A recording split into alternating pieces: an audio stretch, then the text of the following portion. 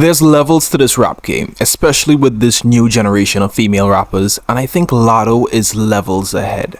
And she dropped her third studio album recently, Sugar Honey Iced Tea, and I think it's good. In light of other albums that came out recently, it's nice to hear something that isn't only popular because of someone's body type or of a gimmick or being light-skinned, but the key word there is being only. The album itself though is 17 tracks long minus the bonus tracks and tracks that we've heard already. It's just about an hour in length. So let's discuss it track by track. Put me somewhere on a gorgeous beach, but I'm right here in the hood. Posted with niggas that's up to no good. Georgia Peach is a great opening track, and it's not something that I would have expected going into this album. It opens up with a very low voice that's incredibly ominous, but it's so engaging and smooth that you're just sucked into her world. Then she starts rapping and the track feels complete, and she is flowing over this beat. She switches from being funny to being charismatic to being technical, and it's amazing. She's also incredibly unapologetic about her southern roots, so much so that I've heard people saying that she's playing up her accent, but I don't think that she's doing that much, and it really doesn't take away from the album experience in my opinion.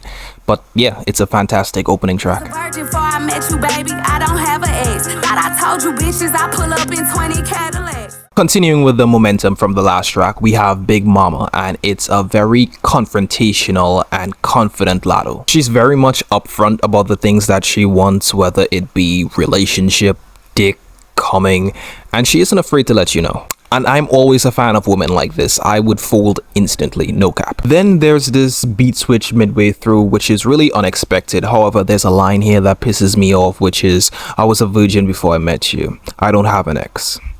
Bitches be lying for no reason. Also, this cheetah thong deserves its own 5 minutes in her biopic because she gives it a lot of attention and she drags this whole Twitter interaction for like a really long while now. It's been going on months. Also, I like the hook. I mean, it's sassy as hell for me to sing along to, but I ain't give a fuck. Blick Sum, hit some, if you love me. Women like this are the reason why some men put themselves in terrible positions. On this track, she basically talks about only liking men who are affiliated with a certain lifestyle, which, you know, teach their own. But if you don't take her lyrics that seriously, it's not that bad of a song. Also, she has a couple funny lines here, like, I'd have you falling like life alert. The beat is fun as well, but I think the hook could have done with some more work. Don't get me started. You know my body, know how I'm coming. I don't know if anyone else hears it, but this beat sounds a lot like that one meme, and I just can't get it out of my mind when I'm hearing this song. If I remember, I'll put it in. Anyway, this track sounds a lot less aggressive than what we're used to from her. It's a bit more mature. It also has some emotional depth, independence, and ambition. Squirting on a nigga, he drinking my piece. Free bitch, make him follow my speed. Shrimp and Grits starts off with a very R. Kelly-esque line, and then we have one of the worst features on this album coming from young Nudy, which is honestly the worst part of this song. The continuation of the southern themes were nice. The lyrical content, although sexual, didn't feel that awkward. The hook wasn't the best, but the feature is just absolutely terrible. Again, I don't think her culture here is forced, but you can decide.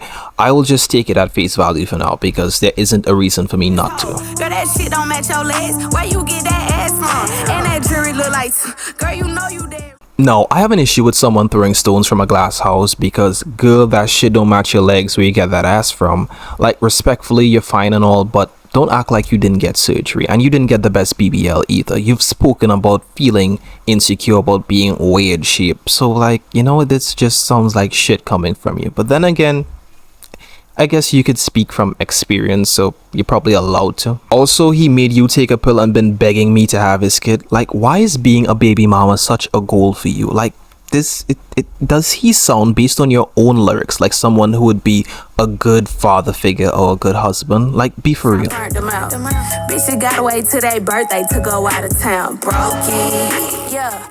Brokey is entirely about flexing and making fun of those who are trying to live this lifestyle that they can't maintain. And it's a fun flex song, as she says, bitches gotta wait till their birthday to go out of town. Like, yeah, fuck these bitches. You wanna see rich bitch? Look no further. Also, pussy squeaky clean, but I got junk up in that trunk. Amazing. For shit that's mine. Only whining if I'm dining. Bitches love to whine and cry. Oh, you And it's a nice switch from the regular beats that we're used to from her, but she doesn't compromise on the rapping capabilities here whatsoever. And that's always one thing I would give Latto credit for. She sounds like a rapper. She sounds like she's sitting at a table where she belongs. Good girl, but for you, I be on some other shit like fuck a love song. Her singing has improved incredibly, and the hook is it. Like, she sounds good, and not like good for a rapper good, but like good based on standards. Lyrically, it's a love-making track. It's sensual, no metaphors though, as she's very direct, and also, you know, fuck a love song as she wants to come and come again. Me too.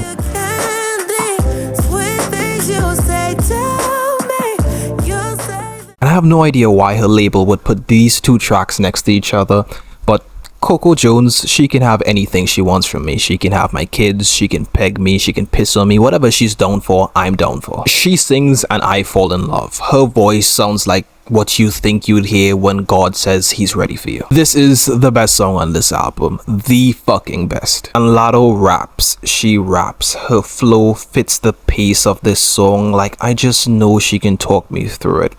It just feels like they're both slow stroking my ear. I feel like I'm being Eiffel Towered. But putting my disgusting lust and sexual desires aside, this song should be viral. I don't know why it's not #1 on the billboards right now, but it deserves a lot more recognition that it's getting.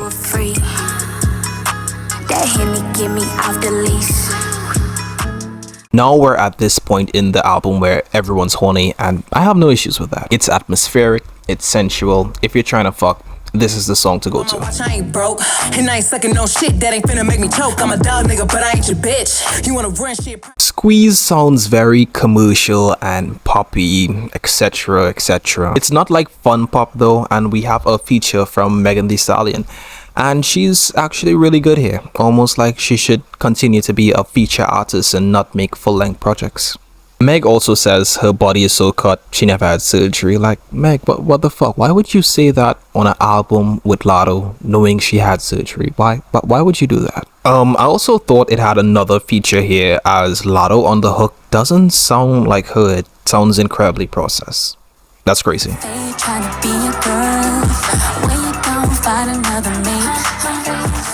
I dislike the vibe of this song passionately. It irks my fucking soul, and Latto does her best to bring it back, but I fucking hate Ciara. Like, I don't know why. Her voice just, it kills me. It's like fucking cancer. You know what? Whatever. But face down, ass up, that's the way I like to fuck. That's a vibe. This one for my, yeah, this one for Big Daddy. He be keeping me happy. He know how to. I like this song. I like it a lot. It makes me feel very sassy, but I still like it. It's vulnerable and personal, but it's sexy and fine. Mariah on the hook was a great choice, and Latto killed every single verse. As a matter of fact, fuck whatever I'm saying. Go listen to this song and you'll understand. Oh, yeah, you never forgot. Slamming doors and whatnot. Mr. Teezo, I hated his album.